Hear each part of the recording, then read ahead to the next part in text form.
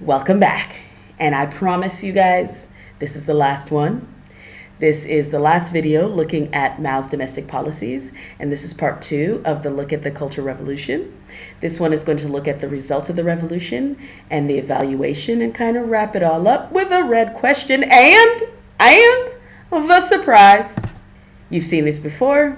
This is our objectives. So here we're going to be focusing on the last two, which looks at the impacts of the revolution and your analysis. And I lied. We're also going to be looking at the nature of the Cultural Revolution. We're going to see a massive change as a result of this Cultural Revolution. And in '66, when Mao calls on the youth, they answer, "Sir?" And there's a reorganization of the youth organization into the Red Guards. And the Red Guards become militant very, very quickly and ultra-violent very, very quickly. And they are going through the whole country.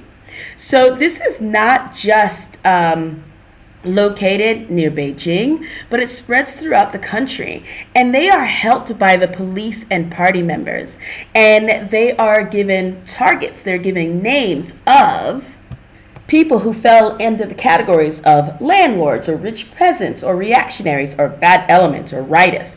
They are given the names of these by the police and by the radical members of the CCP. And they go and they target these people. This is basically the Red Guard terror, right? A red terror. And so anyone who shows decadent tendencies is going to be publicly humiliated, is going to be beaten. And what it initially started as organized, something organized, but it turns into utter chaos. The Red Guard, they seize public transport networks like the trains, and they disrupt the economy, they disrupt transport, and they basically ride the railroads throughout the country, instigating this terror. And now there's chaos and there's fears of civil war. One of the things that happens is now you have localized or regionalized groups, and they start sort of fighting against each other. Essentially, the central government or Mao, like the police and Mao, they lose control of all of these students. And some people, for example, set up the Democratic Workers' People's Commune in Shanghai. They're actually breaking away. And because of this fierce civil war, the People's Liberation Army is called out to subdue it. Now, some people say that the terror caused by the Red Guards was more apparent, like it seemed like there was much more of it than it actually was. And that possibly is because the PLA was always loyal to Mao. They always worked to show their loyalty to Mao. The Little Red Book was an integral part of military indoctrination. So Mao always had his pulse, his hands on the reins of the PLA. So at any time he could go and have them go and subdue this. And this is a more sort of revisionist examination of this situation.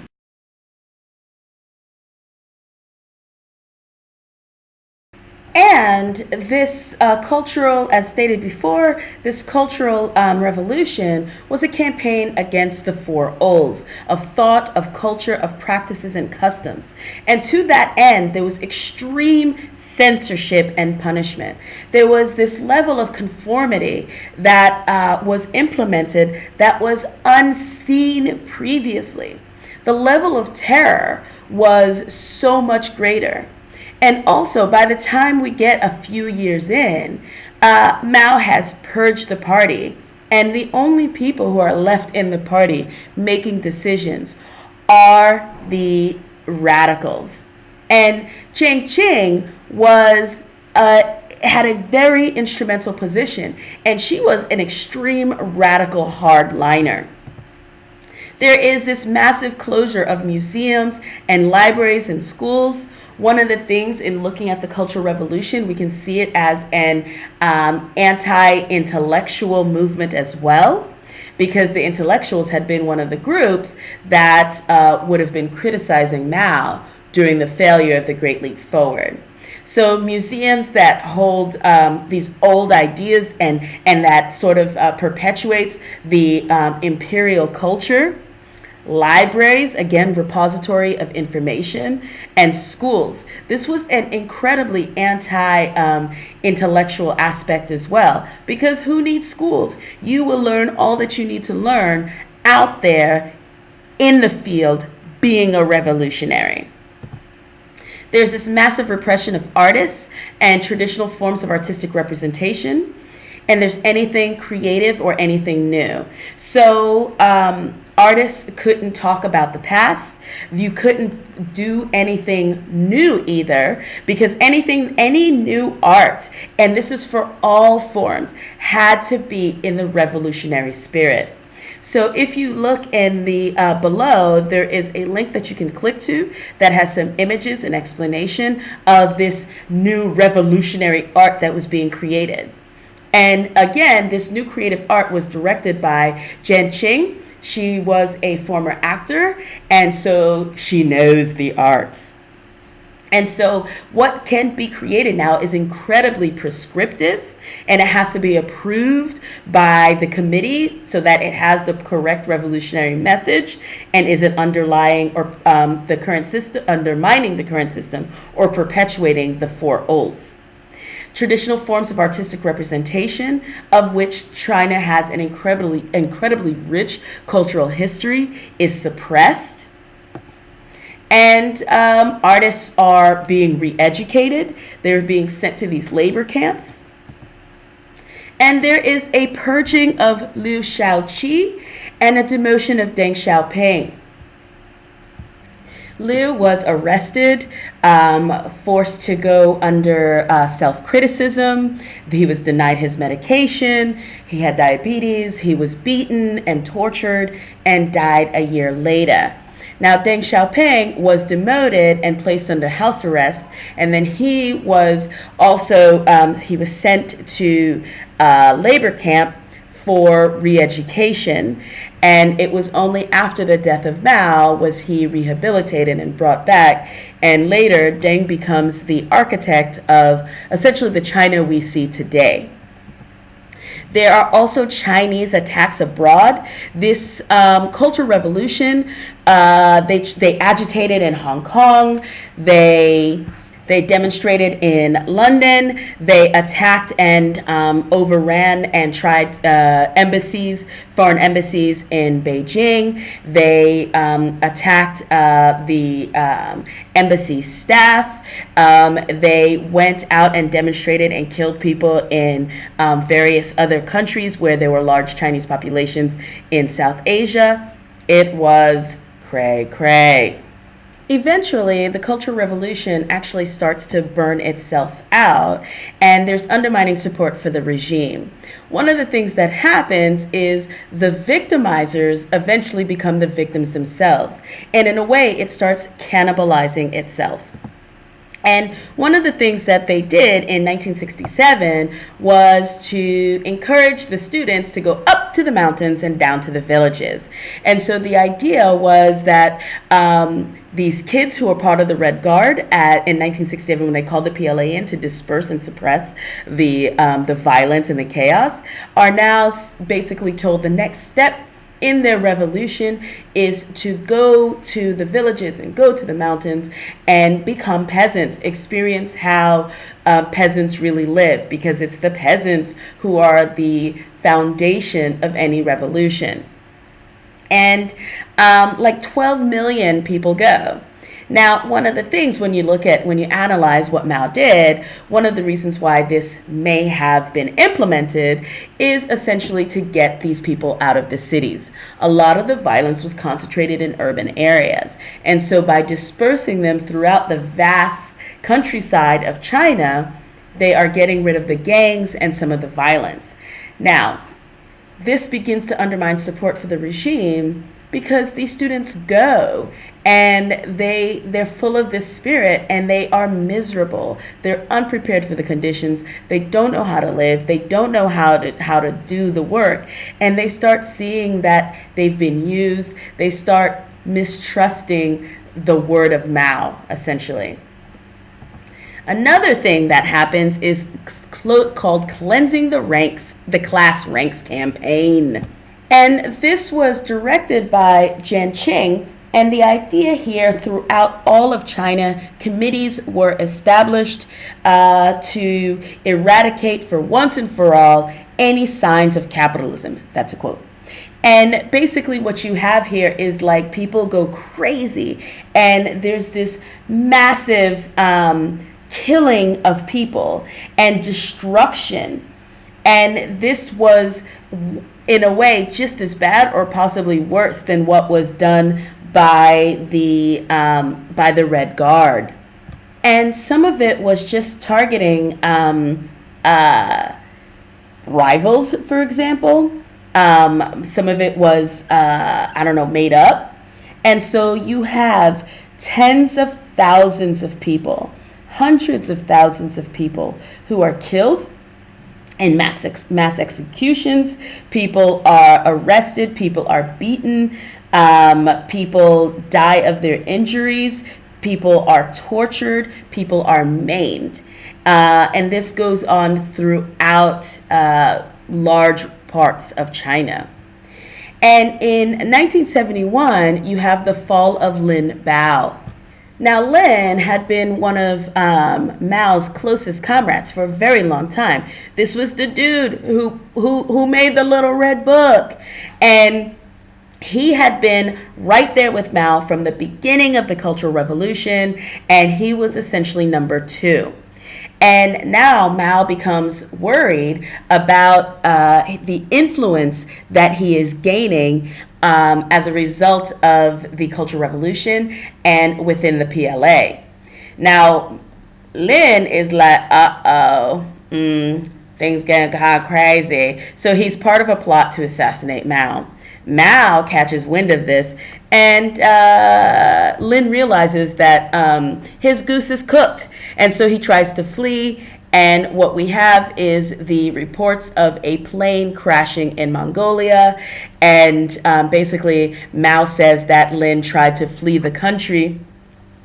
And who knows what really happened.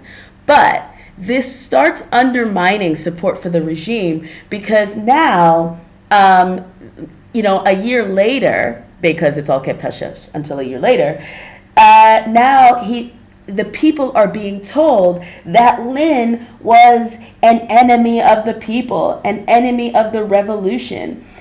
He was a great traitor and a Soviet spy. And so there's a campaign to tear down the memory of Lin. And people are like, but I don't get it. Because, wasn't he like your BFF 2 seconds ago? And so people start now not trusting what the leaders are saying. If one day this guy could be right up there, your best friend, a real revolutionary, and then tomorrow he's a traitor, people start having a little less faith in the regime.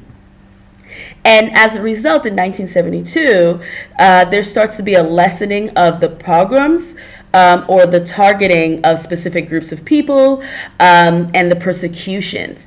And the other thing that contributes to this sort of lessening of repression is the rehabilitation of Zhou Enlai and Deng Xiaoping. Now, they have to be rehabilitated essentially because Mao is old.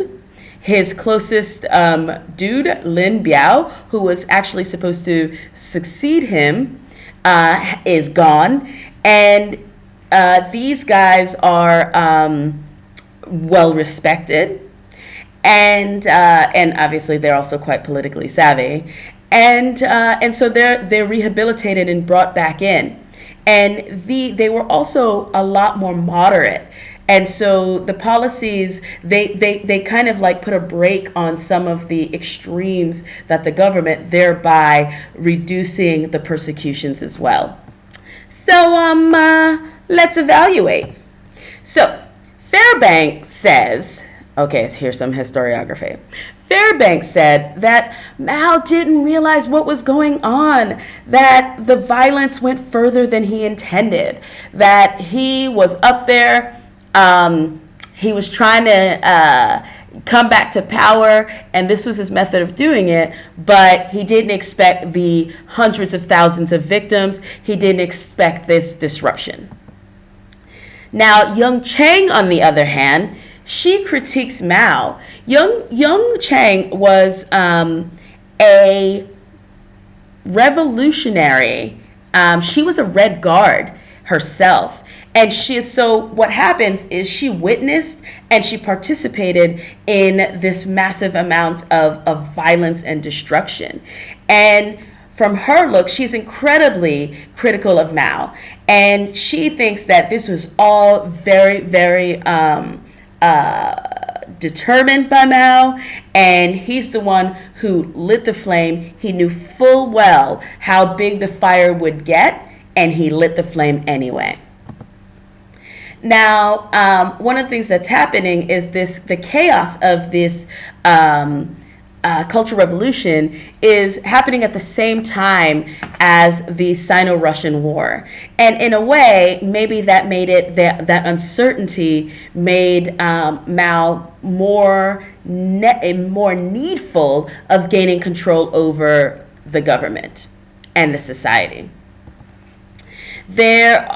People are worried about the extension of the purges into the People's Liberation Army. And so that's kind of like when the victimizers become the victims. So people start dialing it back because now they're seeing that it's spreading. This increased the international isolation of China, especially when you have people doing attacks abroad. Everybody is now looking at China a little bit more sideways. And this is a creative wasteland. This is an incredibly rich and vibrant culture that was stifled by the Cultural Revolution. And for Mao, this Cultural Revolution really ended in 1970 because he had gotten rid of the CCP revisionists and he was back in control.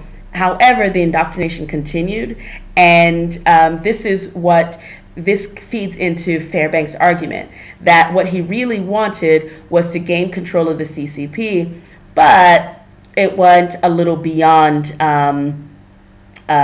what he expected. On the other hand, you can say stuff like, well, given that he had such control over the students and encouraged them to go live in mountains, why could he not control or put pressure on his wife to dial back the persecutions? And this great cultural revolution, it depends on how you look at it. Of course, we're all, as I said, it's a creative wasteland, but this is a continuation of the elements of revolution. You have mass mobilization, you have struggle sessions, you have public denouncements. So it's kind of bringing to a new generation the things that had been established at the beginning of the CCP regime in China.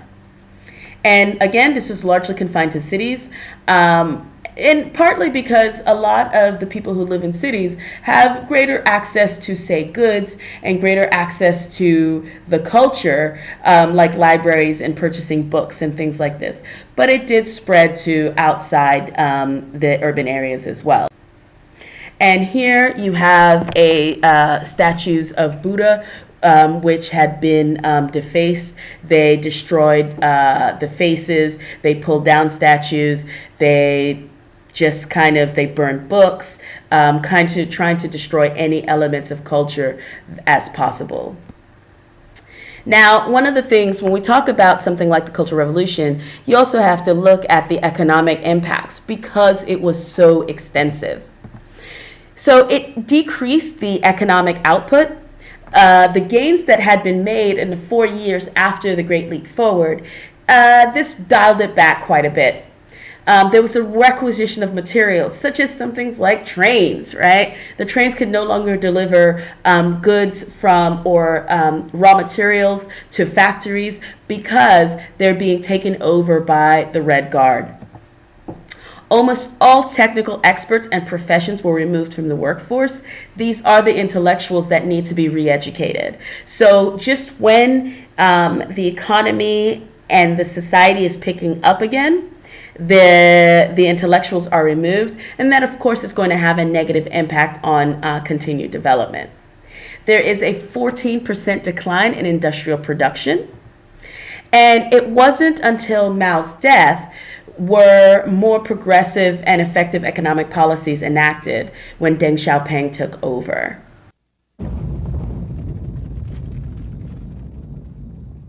In July, the worst earthquake in history devastated the city of Tangshan.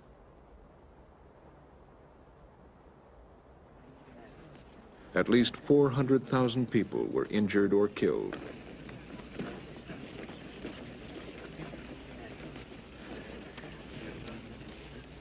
According to Chinese superstition, a disaster of this magnitude portends a change of dynasty. It came 2 months later on September 9th, 1976. I went over to Mao's bed. He saw me and said, "Dr. Li, do you think there's any hope for me?" Dr. Li, 你看我还有希望吗？当然，我心里知道。 I knew very well that there was no hope at all. 可是我作为 But I couldn't say that to a patient. 我不能这样讲。我觉得这样讲，我就不忍心这样讲。我不可能用这种语言同别人讲。我说 I said, "There's hope. We're still trying." 我讲完了呢。 He looked very bad before I spoke. 我讲的这个话。 After, it seemed his face got a little 原 color. 来那个脸上的颜色很不好看。我讲了以后呢，这脸上好像有点发红了。 I felt his pulse, which seemed a little better too. Suddenly, I felt that there was no more strength in his hand. His hand dropped.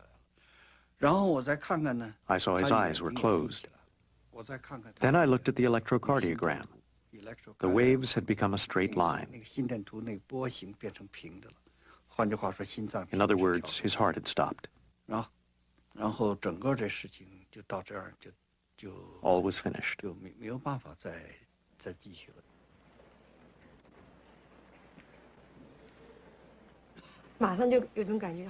We thought at once, who could hold up the sky now?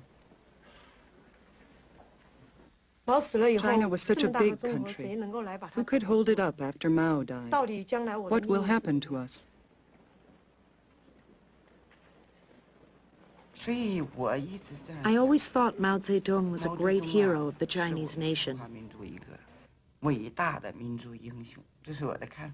But I also thought that he was a tragic hero. So many absurd things had happened, and everyone was struggling in a whirlpool of absurdity. That was something perhaps he could not understand. He thought he was doing good all the time. Mao showed us a very rare case in which cruelty, selfishness, hypocrisy, and shamelessness were all found in the same person. Although he always tried to cover his actions with the most beautiful words, I don't think he ever had any moral principles. Never, ever will I forgive Mao for the crimes he committed against the Chinese nation. So the last video clip kind of gave you a denouement of Mao. He dies in 1976, and there is a huge sort of shifting as Deng takes over, changes the economic policies, and in a way, the boogeyman who had been there that nobody could say anything against and nobody could act against is now gone. And in a way, there is a measure of freedom. There is a measure of personal life returned back to people. Okay, so we have a couple of red questions. One, analyze the Cultural Revolution in terms of ideology and maintenance of power. This goes back to the theory, and then pull it all together. We've looked at maintenance of power, consolidation of rule. We've looked at the domestic policies in terms of economic and social, and to what extent did Mao achieve totalitarianism?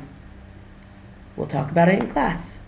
Yeah, I know. We'll talk about it in class. But you know what you need to do? You still need to answer the question and write down some of those answers. Okay? Do not try to keep it in your head. I know you. Surprise! Alright, so I have a surprise for you today. Instead of a regular joke, I have a history story to tell you. Once upon a time, there was this dude, and the dude's name was Genghis Khan. And one day, Genghis was feeling a little unsure himself, and he was like, oh my God, I totally can't conquer China. It's like way too big. And now a friend pats him on the shoulder and he says, now Genghis, what do I always say? Genghis sighs and says, I'm Genghis Khan, not Genghis Khan. You're welcome.